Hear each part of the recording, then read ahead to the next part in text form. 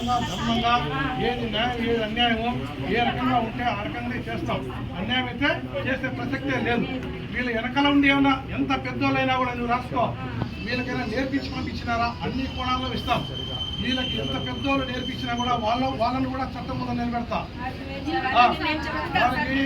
వాళ్ళని కూడా ఇప్పుడు మైనర్ పిల్లగాళ్ళు పోయినారంటే వాళ్ళకి చీట బట్టి పోయినారు కదా. అన్ని కోణాల్లో విచారించి ఎవడైతే ప్రోత్బలం చేసినాడో, ఎవరైతే నేర్పించినాడో, ఎవరైతే కుట్ర ఉన్నాడో, ఎంత పెద్దోడైనా కానీ పులివెందుల్లో అతన్ని అరెస్ట్ చేసే బాధ్యత నేను తీసుకుంటా. అంతే. ఎవరు జీవితాలతో ఆడుకోవడం కాదుగా. ఎవరు మాకేం పోలీసులు కొట్టేదానిమ్మా ఇవన్నీ ఇక్కడ వినో. కొట్టే పని ఇంకే పనితో ఉండదు. చట్టంలో కొట్టాలనేది అంటే ఏం లేదు. మాకేం అవసరమా? మేము కొట్టేదానికి వచ్చినామా? ప్రజలు పోలీసులు కొట్టేదానికి వాళ్ళే పులివెందులకు ప్రజల యొక్క ధన మన ప్రాణాలు కాపాడేదానికి వచ్చినారు. ఇంతవరకు ఉండేటువంటి దొంగతనాలు మొత్తం కనిపెట్టేసి వాళ్ళకి ఇచ్చేసినాం.